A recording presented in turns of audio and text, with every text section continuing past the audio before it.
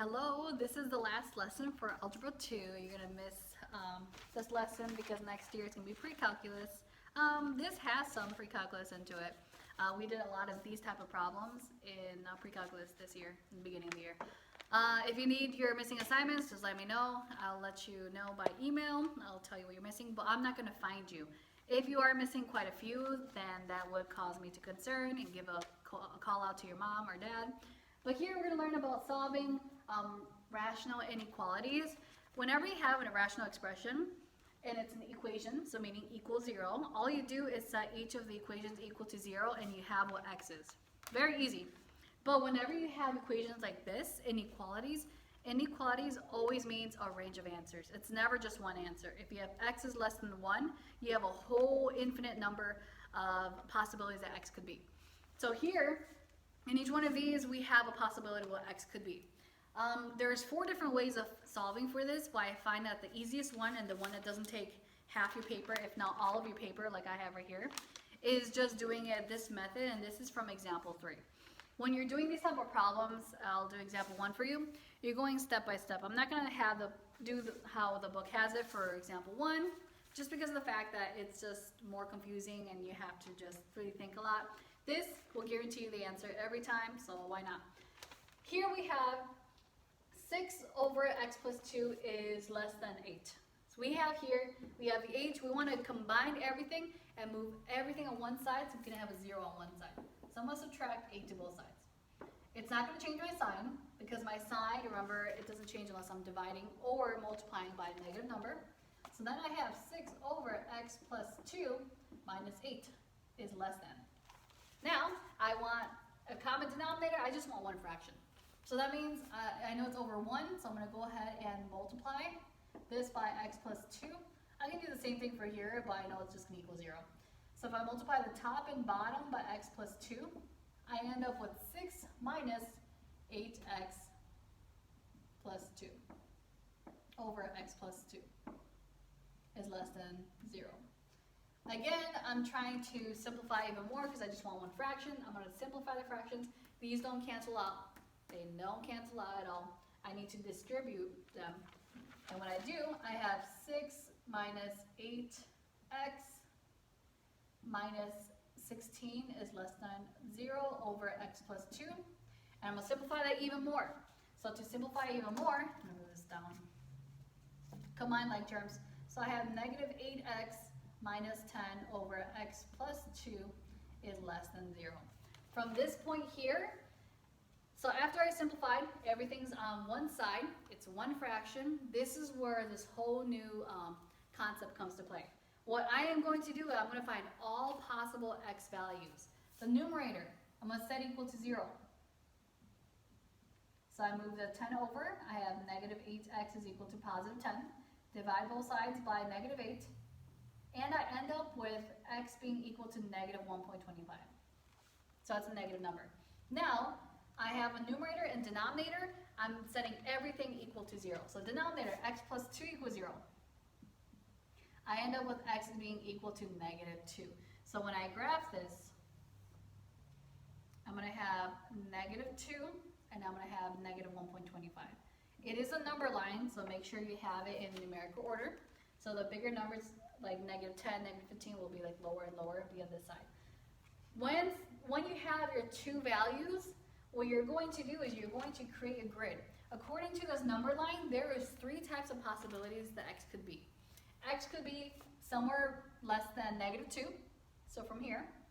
X could be between negative 2 and negative 1.25. Or x could be between negative 1.25 and on. There is 3 different ranges of possibilities that x could be. And that's what we're trying to find out, which one works and which one doesn't work.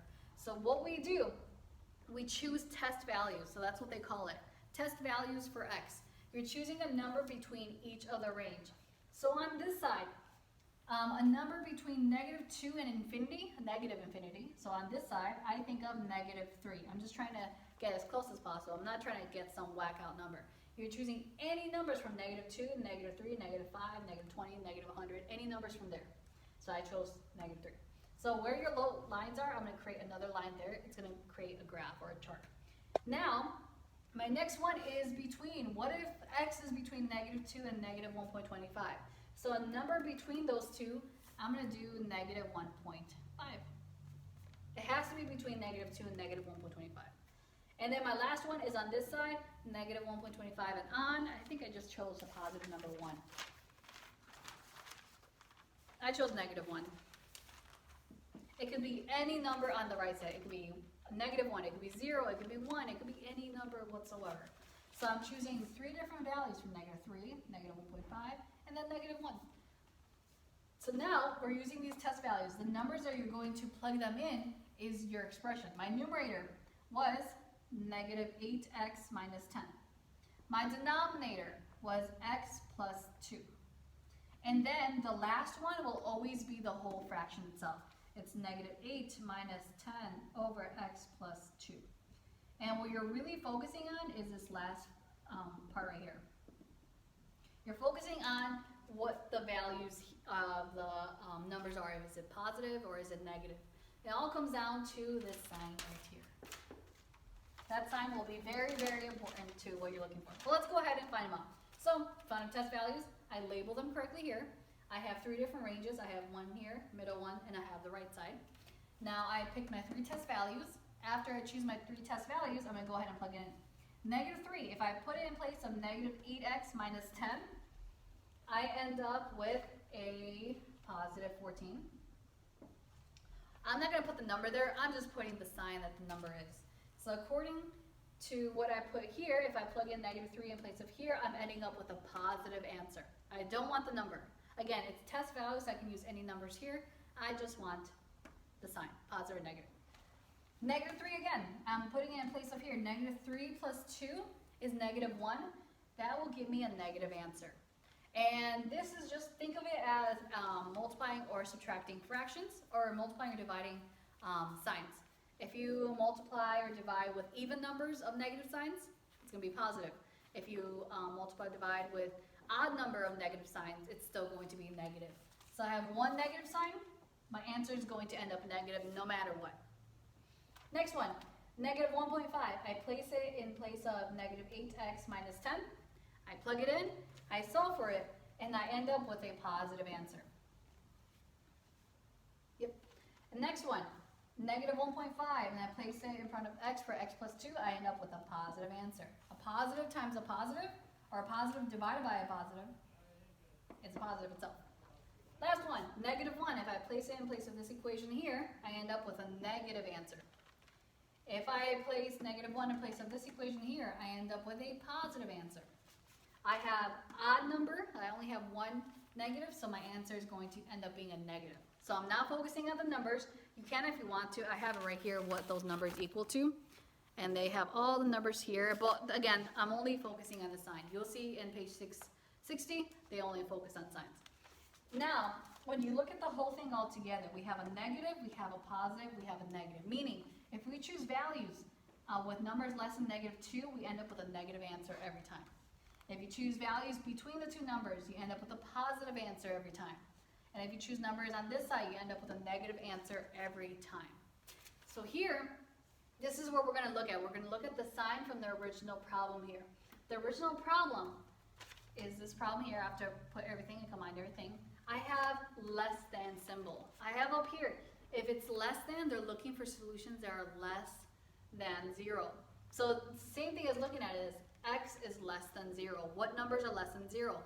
Negative numbers. So here, what type of border, or what type of boundary, or what type of space gives us negative numbers? According to this, it's between here and it's between right here. So when we solve for these, you're always going to end up with compound inequalities.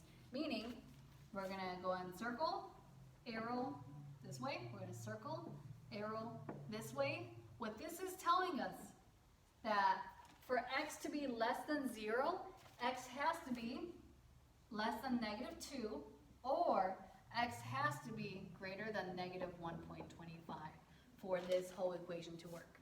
Let's do another one. Okay, so we have here x plus 4 over x squared plus x minus 6 is less than or equal to 0. So the numbers that we're focusing on is negative numbers. We want the negative signs, but we're not going to focus on that now. Now we're going to set each of the equations equal to 0. So my solutions here, x plus 4 equals 0, I'm going to have negative 4. X plus 3 equals 0, I'm going to have a negative 3. X minus 2 equals 0, I'm going to have positive 2.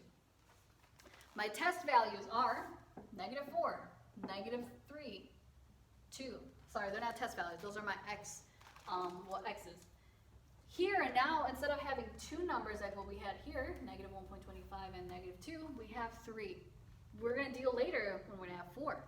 So when we plot them here, we have to choose a test value between each one. We have numbers that are less than negative 4. So we have this range here. We have numbers between negative 4 and negative 3. We have numbers between negative 3 and positive 2. And then we also have numbers greater than 2. So we have 4 different types of ranges that x could be. So now let's go ahead and start picking test values. So a test value between negative infinity and negative 4, I'm going to do negative 5.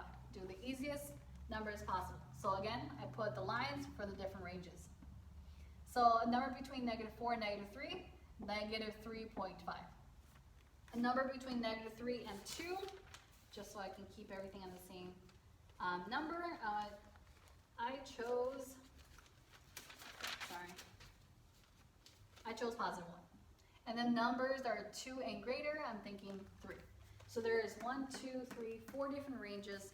So if you have 3 numbers, there's going to be 4 ranges. If you have 2 numbers, there's going to be 3 different regions, 3 different ranges. Now, what I'm going to put here is all my parentheses. I have my x plus 4. That's me. I have an x plus 3. I have an x minus 2, and I'm just going to put all. Again, we're always focusing on the denominator. We're also only focusing on the signs. So now, if I put negative 5 in place of this, negative 5 plus 4, again, negative answer. Negative 5 plus 3, negative answer. Negative 5 minus 2, negative answer. I have 1, 2, 3 negatives. They're odd numbers. My solution, no matter what I divide or multiply, I end up with a negative answer for that. Next one. Negative 3.5 plus 4, I end up with a positive answer. Negative 3.5 plus 3, negative answer. Negative 3.5 minus 2, negative answer. I have even number of negatives, it's going to be positive. 1 plus 4, 5, so it's positive. 1 plus 3, positive answer, it's going to be 4. 1 minus 2, I end up with a negative answer. I have only one negative, so it's an odd number of negatives. My answer is going to be negative no matter what. Last one, 3. 3 plus 4 is 7, positive. 3 plus 3 is 6, that's a positive number. 3 minus 2, positive number. We don't have any negatives, so that means your solution is going to be positive. So now we go ahead and look at the bottom row. So we're only focusing on the signs, so it's basically mental math what you're doing while you're graphing. Now, let's look at the sign. It's less than or equal to. Another thing that you have to focus on is if you notice the lines underneath it. So for the first equation, we didn't have a line underneath, so we didn't really worry about that. For this equation here, example 2, it has a line underneath, but not all of them are possible of having the line underneath, because that means it could be greater than or it could be equal to. So now let's look at this. Less than, meaning it's going to be negative numbers. That's what we're looking for, x to be less than or equal to 0. So that means negative numbers is this region right here. This is positive, we're ignoring that. This is negative. So that means we have 2 different types of regions of numbers. If you look at negative 4 is on the numerator, so x could be 0, x could be any number. So then that's where I'm going to have my filled in interval. So my filled in dot. So that means x could be any number less than negative 4 and we'll be okay. So x could be less than or equal to negative 4. It can be between negative 4 and negative 3. But now for negative 3 and 2, x cannot be negative 3 because if you put negative 3 plus 3, we end up with a 0 and we don't want an error for our answers. So that's why we'll have open interval. So any numbers you get from the denominator, you want to leave it as open interval if it has a line underneath. So negative 3 and 2, they're open intervals. And x could be between those 2 numbers. So x is less than negative 4, or x could be between negative 3 and 2. So this is a compounding inequality. So it could be this, or it could be this problem right there. Example 3. So we're going to keep on working on this. We have 3 more after this. We have 2 test values. So we have x minus 6 over x plus 2. X minus 6 equals 0 is positive 6. X plus 2 equals 0 is negative 2. So since we have 2 numbers, we only have 3 test values. Now, let's go ahead and choose a test value. So to the left side of this, I'm choosing negative 3. In between negative 2 and 6, I chose positive 1. And then 6 and greater than 6, I chose 7. So you're sticking with the easiest ones as much as possible. Now, the expressions I'm using, the numerator one, the denominator one. So I'm using every binomial, and I'm just going to put all, just to indicate both of them. We're only focusing on the bottom one. Now let's go ahead and find our test values. Negative 3 minus 6, I end up with a negative answer. Negative 3 plus 2, negative answer. My answer is going to be positive. A negative divided by negative is a positive. 1 minus 6, negative. 1 plus 2, positive. I have odd number of negatives, I have a negative. And then 7 minus 6, positive. 7 plus 2, positive. Positive, positive, so it ends up with positive here.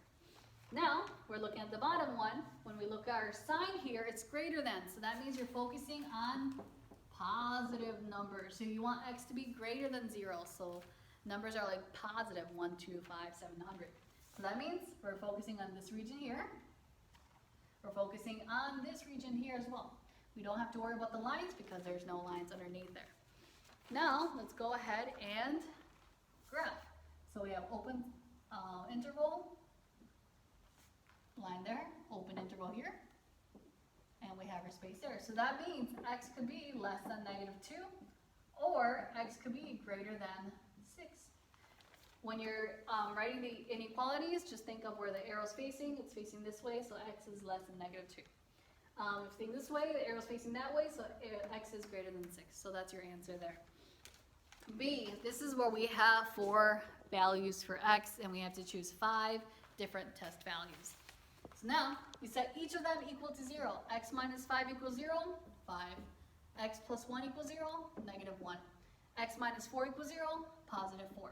X minus 7 equals 0, positive 7. So if you notice, it's just opposite signs.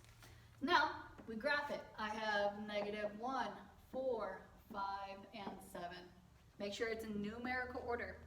Now, we have 1 region here. We have 2 regions, 3, 4, and we have 5 separate regions here. So my first one, numbers are less than negative 1, I think of negative 2. Numbers between negative 1 and 4, I think of 1. Numbers between 4 and 5, 4.5. Numbers between 5 and 7, 6. You don't want to choose 5, you don't want to choose 7, just use numbers between those 2 ranges. Now, I'm using all my parentheses, so I have x minus 5, I have x plus 1, x minus 4, x minus 7, and then all. So the whole equation. So now, oh, we have this one too. So I have 1, 2, 3, 4, 5, 1, 2, 3, 4. So remember, it's 1 more. So there is 8 all together. Or there's 5 altogether. So now, let's go ahead and test them. So negative 2 minus 5, negative answer. Negative 2 plus 1, negative answer. Negative 2 minus 4, negative answer. Negative 2 minus 7, negative answer. 1, 2, 3, 4. We have an even number of negatives, positive. 1 minus 5, negative. 1 plus 1, positive answer. 1 minus 4, negative answer. 1 minus 7, negative answer. 1, 2, 3. There is 3 negatives, so therefore my answer is going to end up being negative.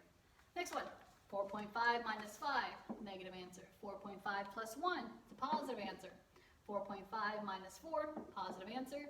4.5 minus 7, negative answer. So 1, 2 negatives, there's even number of negatives, so you're going to end up with a positive. 6 minus 5, positive. 6 plus 1, positive. 6 minus 4 is positive. 6 minus 7 is negative, so my answer is going to be a negative number. 8 minus 5 is positive. 8 plus 1 is positive. 8 minus 4 is positive. 8 minus 7 is also positive, so we end up with a positive range. you'll see a pattern. Most of the time they skip through. So there'll be every other one's even. I don't want to say every time, but most of the time that I've seen, they skip. Now, last thing, look at the sign. The sign is greater than, so that's positive numbers. Keep in mind, you're only doing closed intervals for the numbers that are on the top. You don't want x being equal to -1, because then there will be a 0 in the denominator, and therefore it will mess up the whole thing. So therefore, the only thing that could have a closed interval is the 5. So everything else is open. Now let's check out the region. So we want positive numbers because x is greater than or equal to 0. So numbers that are greater than or equal to 0 are positive answers. So that means looking at the bottom only, this range here, this is negative, this range here, and this range here. When I write that as an inequality, I have x is less than -1. Or here I have two different ranges. It means x could be between those two, and it's the compound inequality, meaning you put your lower range, your higher range, lower range, higher range. Arrows are facing the same direction, x in between. And then it could also be x is greater than 7. And keep in mind, this is closed interval, so you have the line underneath it. So that's how you'll graph it. One last one. Example 4, you can graph it by doing the two separate equations and solving from there, but I honestly don't like it that way. I'd rather you just do the work for here. Last one is, they're trying to pitch in for a teacher's gift, cough, cough. And they're trying to divide it into a number of students. They want to see how many students they will divide it into, so the gift could be less than $4.25. So what we do, we have this inequality here, and then we solve for it. So what I did is I moved over the number here. I'm trying to get everything in place of 0 on one side. The book has it to where you can graph it. We're not going to graph it. We're not going to graph it online. We're just going to go ahead and do it on our board. So here we have 50 over x minus 4.25. This is over 1. We want common denominator, so I'm going to multiply it by x. So I have 50 minus 4.25x over x is less than 0. I have two values for x. Remember, my numerator and denominator. So my numerator, x equals 0, I'm going to have 0 as my first factor. My second one, if I set this whole thing, I'm going to do over here, 50 minus 4.25x, set it equal to 0.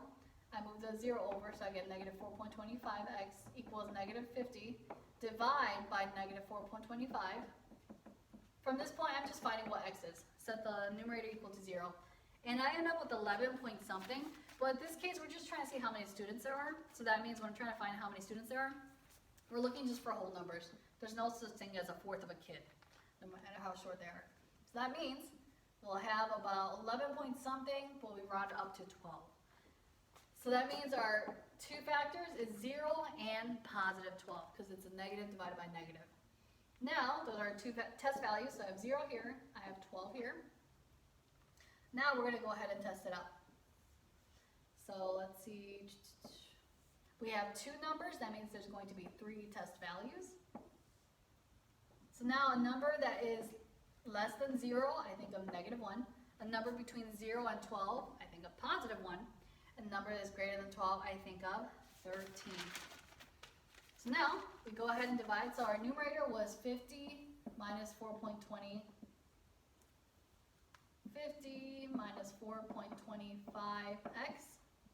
My denominator was x, and I'm just going to put all for my third one. So we're only focusing on denominator. So here, negative 1, if I place it in place of this equation, 50 plus 4.25, because the negative changes it, my answer is positive. Negative 1 and x, so I'm just going to have negative 1, that's a negative answer. So my answer is going to be negative. Here I have 1, I place it in front of this equation, I still end up with a positive answer. 1 for x, I'm going to have a positive answer, and in the end I'll have a positive answer there. 13 times 4.25 minus 50, I end up with a negative answer. 13 in place of x, I just get 13, which is positive. And I have 1 negative, so therefore it's a negative here. Now, last thing, we're looking at the sign here. We're trying to see, we're looking at negative numbers or positive numbers. In this case, we're looking at the negative numbers because we want less than. So it's going to be this region and this region. So now we have x being less than 0 or x being greater than 12. First of all, we can't have -7 kids. So that means anything here, we're not going to apply. And here it says x is greater than 12. So we're not doing 12. If you do 50 divided by 12, you end up with something that's a little bit more than 50. We want a number that's less than 50. So if you do 12 or 13 or more, so it's 13 or more, you'll end up with numbers that's less than 4.25, and that's what we want. All right, if you guys need any more help, let me know on the email below. I miss you guys. Bye-bye. It's the last lesson.